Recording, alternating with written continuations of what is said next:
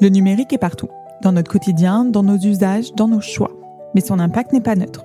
Bienvenue dans le numérique responsable expliqué.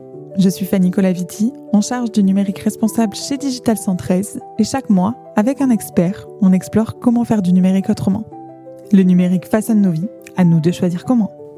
Bonjour à tous et bienvenue sur ce 3e épisode du podcast de Digital 113 intitulé « Le numérique responsable expliqué ». Pour cet épisode, j'ai le plaisir de recevoir Gabriel Torres de chez EDF, un membre impliqué de notre factory numérique responsable, afin de parler de fresques du numérique. Mais avant toute chose, est-ce que Gabriel, tu peux s'il te plaît rapidement te présenter et nous dire en quelques mots ton rôle chez EDF ?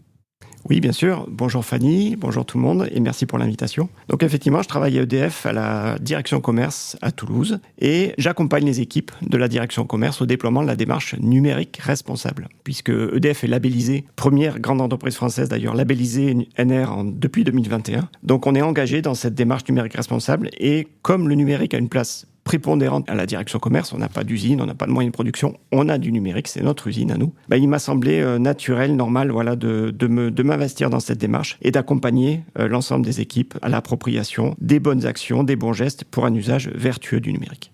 Et labellisé niveau 2, je me permets quand même de le dire, parce niveau que c'est 2 un vrai depuis challenge. 2024, avec un super score. Tu fais bien de le préciser. Et donc, en plus de tes missions chez EDF, tu as également un rôle auprès de l'association de la fresque du numérique. Est-ce que tu peux nous en dire un petit peu plus sur ton rôle et ce qu'est une fresque du numérique finalement ? Oui, alors donc là, plus à titre personnel, effectivement, je suis co-référent de l'association La Fresque du Numérique sur Toulouse. Donc, qu'est-ce que la Fresque du Numérique ? Alors, c'est un atelier ludique qui s'appuie sur un jeu de cartes. Alors, jeu de cartes au sein desquels on va retrouver des informations qui sont sourcées, basées sur des études, des rapports, des recherches. Et l'idée de ce jeu, c'est de comprendre l'ensemble des impacts environnementaux liés à l'usage du numérique. Donc, à l'issue de l'atelier, les participants qui suivent cette fresque du numérique connaissent l'ensemble des impacts environnementaux numériques et en plus, on réfléchit en fin d'atelier à des actions pour des usages plus vertueux du numérique. Donc un atelier ludique pour comprendre le numérique, ses impacts, les enjeux et finalement faire du numérique mieux, c'est ça ? C'est ça. Et en plus, réfléchir ensemble à des actions pour s'inscrire dans un usage plus vertueux du numérique. Oui, donner des clés à chaque fois, exactement. C'est hyper important. Et alors, pourquoi est-ce que toi, tu recommanderais de réaliser une fresque du numérique ? À qui cela s'adresse ? Je sais qu'il y a différents publics. Il y a le public d'entreprise, école, citoyen, mais est-ce que tu peux nous détailler ça un petit peu plus ? Exactement, donc c'est un atelier qui va s'adapter aux personnes qui vont le suivre. Donc on le déploie autant sur le milieu de l'enseignement, auprès des écoles, l'enseignement supérieur, aussi auprès des citoyens, du grand public, et dans les entreprises. Donc moi-même, à titre personnel, par exemple, je m'en sers pour sensibiliser les équipes aux impacts environnementaux du numérique à EDF. Donc on le déploie aussi dans un milieu professionnel. Il faut savoir que la fresque du numérique est aujourd'hui diffusée dans 53 pays différents. 165 000 personnes l'ont déjà suivi et une nouvelle version, une V3, est sortie fin d'année 2025 pour embarquer, entre autres, les dernières études, les derniers chiffres à ce sujet, au sujet du numérique et des impacts environnementaux et l'intelligence artificielle, sujet d'actualité évidemment.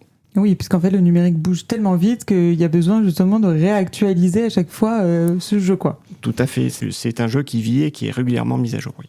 Ah ben c'est important. Donc, une fois que les participants ont réalisé cet atelier de fresque du numérique, ils repartent avec une compréhension plus globale du sujet et des clés aussi de passage à l'action. Et concrètement, ils ressortent avec quelque chose quand même ? Alors, c'est toute la force de ce genre d'atelier de type fresque, c'est que c'est avec ce jeu de cartes, donc une façon très simple et ludique d'aborder un sujet, on a des clés de compréhension d'une thématique qui peut être très compliquée. Donc le numérique a des tenants et des aboutissants un peu partout. Je fais le parallèle avec la fresque du climat et le dérèglement climatique, qui est un sujet très compliqué. Avec la fresque du numérique, c'est un peu pareil.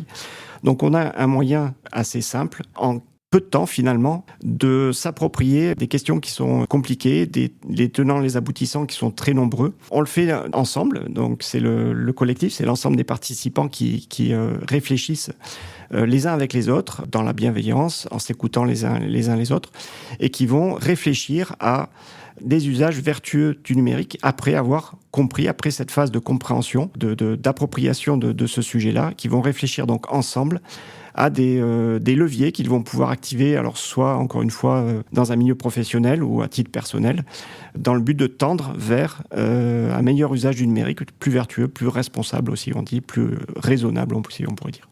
Oui, et tu me disais qu'en plus, on envoie un email aux participants à la suite de l'atelier qui est une mine d'informations pour leur donner des sources vers lesquelles ils peuvent se tourner, des contacts s'ils veulent aller plus loin. Tout à fait. Donc l'atelier est déjà très riche en soi.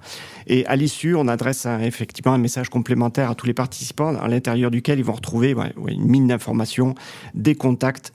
La fresque du numérique, c'est aussi une communauté qui est très riche et très active. Donc, c'est aussi une occasion, une opportunité de rencontrer des gens près de chez soi, soit des gens expérimentés, soit des gens qui découvrent le sujet. Et voilà, c'est un premier pied à l'étrier pour discuter, échanger et, encore une fois, tendre vers un usage plus vertueux du numérique. Et alors, si tu devais convaincre quelqu'un en une phrase, allez, petit défi, de réaliser une fresque du numérique, de participer à une fresque du numérique, qu'est-ce que tu dirais ? Alors moi, je dirais que si vous avez entendu parler de ce sujet, vous avez entendu parler du fait que le numérique puise des ressources dans l'environnement, émet des gaz à effet de serre. Est-ce que vous savez, par exemple, que le numérique, c'est déjà, et depuis quelque temps, beaucoup plus d'émissions carbone que l'ensemble de la flotte des camions qui fonctionnent sur la planète entière. Donc c'est déjà énorme. La problématique, c'est aussi que ça augmente chaque année. Au lieu de réduire nos émissions, le secteur du numérique est un des rares secteurs qui augmente malheureusement ses émissions chaque année. Mais voilà, parce qu'en constante évolution, et notamment avec l'arrivée de l'IA. Et notamment accéléré par l'IA, effectivement. Voilà, si toutes ces questions vous préoccupent, vous interpellent, j'ai envie de dire, suivez l'atelier de la fresque du numérique. Vous serez en très peu de temps, de manière très, très simple, ludique, en bonne compagnie. Vous ferez aussi des super rencontres, parce que moi j'adore les échanges qui peuvent se créer quand on anime ce type d'atelier. Voilà, donc si le sujet vous préoccupe et vous ne savez pas par quelle boule prendre, suivez la fresque du numérique et vous aurez comme ça, la compréhension du sujet d'une part, et deux, vous repartirez avec des actions très concrètes que vous pourrez déployer au quotidien chez vous, au travail. Très très souvent, les gens se mettent à l'action dès qu'ils sortent de l'atelier. Ils vont dire je vais faire ça chez moi ce soir, ou je vais mettre ça en place au boulot. Donc vous repartirez avec des actions très concrètes et aussi très rapides à mettre en place.